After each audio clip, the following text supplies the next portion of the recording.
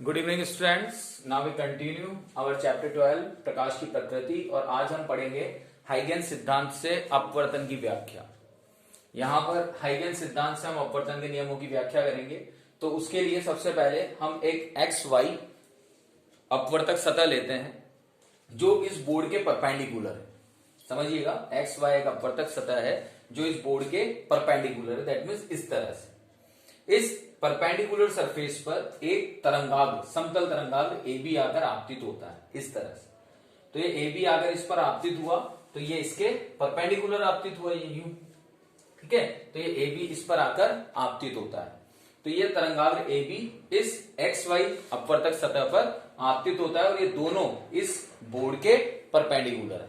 यहां पर अगर हम जानते हैं बहुत अच्छी तरह कि तरंगाग्र के लंबवत कौन होती है, तरंगे। तो यहां पर ये MA और NB क्या है, तरंगे हैं जो इस तरंगाग्र के क्या है, लंबवत है। ठीक है। अब यहां पर हम ये देख रहे हैं कि हमें अपवर्तन की व्याख्या करनी है तो हमारे पास में दो माध्यम होने चाहिए। तो यहां पर एक माध्यम हम विरल माध्यम लेते हैं और एक माध्यम हम सघन माध्यम लेते हैं। ठीक है। और विरल माध्यम में वेग मानते हैं हम V1 और सघन माध्यम में वेग मानते हैं V2। और हम बहुत अच्छी तरह जानते हैं कि विरल माध्यम का वेग सघन माध्यम की तुलना में अधिक होता है। तो V1 ग्रेटर देन क्या हो गया, V2। ठीक है। अब जब ये तरंगाग्र AB इस सतह पर जाकर आपतित होता है तो सबसे पहले हम क्या देख रहे हैं कि यहां पर इस अपवर्तक सतह पर इस तरंगाग्र का बिंदु A स्पर्श करता है। दैट मीन्स यहां पर इसका स्टार्टिंग पॉइंट कौन होगा, A। तो इसे हम कह देते हैं कि ये T बराबर 0 पर, किस पर, T इक्वल्स टू 0 पर ये पॉइंट A इस अपवर्तक सतह को स्पर्श करता है, इसके ऊपर आकर आपतित होता है। तो यहां हम एक नॉर्मल ड्रॉ करते हैं और ये नॉर्मल इसके साथ में कितना एंगल बनाता है, I, आपतन कोण I बनाता है। ठीक है। अब यहां हम देखते हैं कि इस तरंगाग्र का हर बिंदु एक नवीन स्रोत की तरह कार्य करेगा। इस तरंगाग्र में छोटे छोटे स्रोत होंगे, छोटे डॉट्स होंगे, छोटे छोटे इस तरह से ये। तो ये जब तरंगाग्र धीरे धीरे आगे की ओर बढ़ेगा तो ये बिंदु यहां इस तरह से इस सतह को टच करते हुए चले जाएंगे और आखिरी में ये जो बिंदु B है ये D बिंदु पर इस सतह को स्पर्श करेगा। तो B से D तक आने में इसको कितनी दूरी तय करनी पड़ी तो ये हम निकालते हैं। तो हम ये देखते हैं कि ये कितने वेग से गमन कर रही है किरण, विरल माध्यम में V1 वेग से। तो हमने माना कि ये यहां पर T समय पर पहुंचा। कितने समय पर पहुंचा, T समय पर। तो यहां से यहां तक की दूरी कितनी तय की इसने, V1T। ये दूरी कितनी तय की इसने, V1T, वेग इंटू समय। ठीक है। तो अब हम यहां पर हाइगेन का द्वितीय तरंगिका सिद्धांत लगाते हैं।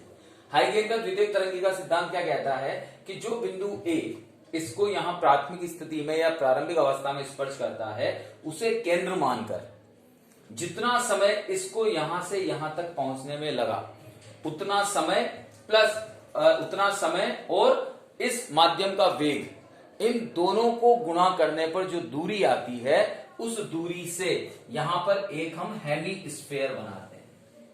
क्या बनाते हैं, हम एक हेमिस्फीयर। और ये हेमिस्फीयर द्वितीयक तरंगाग्र को प्रदर्शित करता है। किसको प्रदर्शित करता है, द्वितीयक तरंगाग्र को। कितनी दूरी है ये आपकी, V2T। ठीक है। ये द्वितीयक तरंगाग्र को यहां पर प्रदर्शित करता है और यहां इस D पॉइंट से हम इस तरंगाग्र को मिला देते हैं, स्पर्श रेखा के रूप में इसे मिला देते हैं।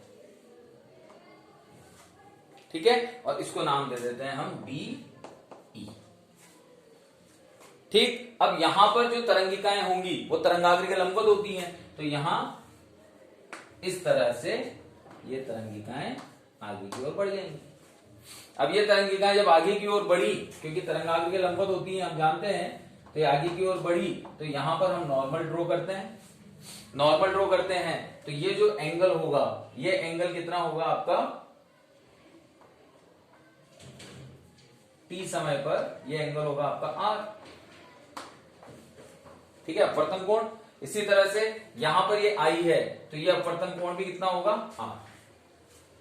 ठीक। अब समझिएगा, ज्योमेट्री के अकॉर्डिंग हम देखते हैं। तो अब हमारे इस AB आपतित तरंगाग्र का अपवर्तित तरंगाग्र कौन प्राप्त हो गया, DE।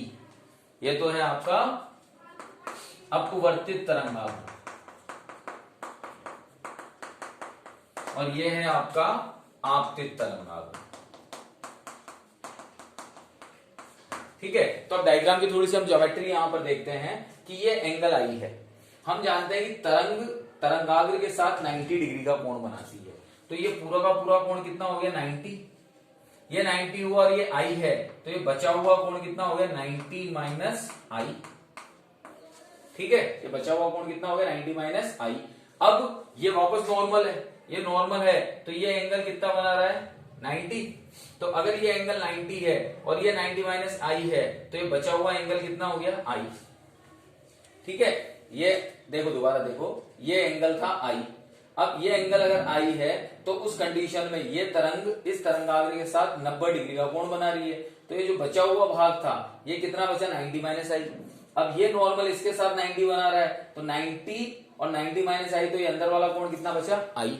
इसी तरह से अगर ये एंगल आर है, समझिएगा ध्यान से, ये एंगल अगर आर है तो ये वाला जो एंगल होगा ये कितना होगा 90 माइनस आर।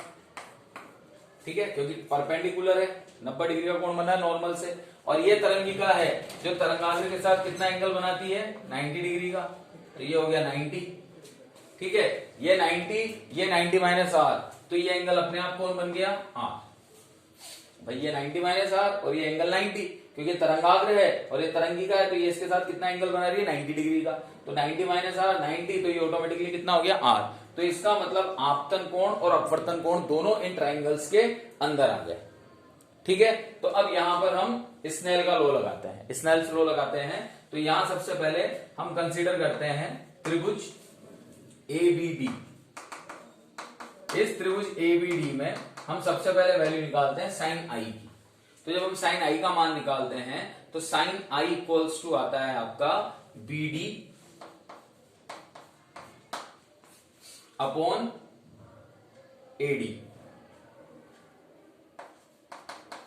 ठीक है, ये साइन आईडी आ गया, तो बीडी की वैल्यू कितनी है आपकी V1t अपॉन एडी।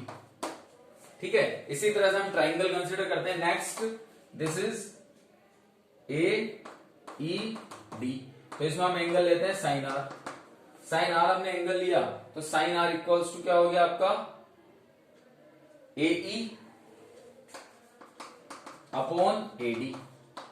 तो ए ई कितना है V2t अपॉन एडी। ठीक है, इसको दे देते हैं हम इक्वेशन 1, ये हो गई आपकी इक्वेशन 2। तो अब स्नेल्स का नियम क्या कहता है sine i upon sine r, तो ये sine i upon sine r equals to constant, ये कहता है स्नेल का नियम। तो यहां पर sine i upon sine r equals to, जब हम इस वैल्यू को पुट करेंगे तो वैल्यू को पुट करते ही क्या आया V1t अपॉन एडी और V2t अपॉन एडी। तो एडी से एडी कैंसिल, टी से टी कैंसिल, तो ये क्या आ गया V1 अपॉन V2 बराबर कांस्टेंट। तो यही किसका नियम आ गया आपका स्नेल का नियम। इसी नियम को किसका नियम कहते हैं स्नेल का नियम। तो स्नेल का प्रथम नियम हमने यहां पर अपवर्तन का प्रूव कर दिया। दूसरी चीज, आपतित तरंगाग्र, अपवर्तित तरंगाग्र और अभिलंब तीनों एक ही तल में हैं, तो ये दोनों नियम अपवर्तन के जो थे ये हमने हाइगेन के सिद्धांत से यहां पर प्रूव कर दिए। ठीक है, तो ये आपका अपवर्तन, समतल सतह पर अपवर्तन हमने हाइगेन के सिद्धांत से प्रूव कर दिया। ओके बेटा, थैंक यू।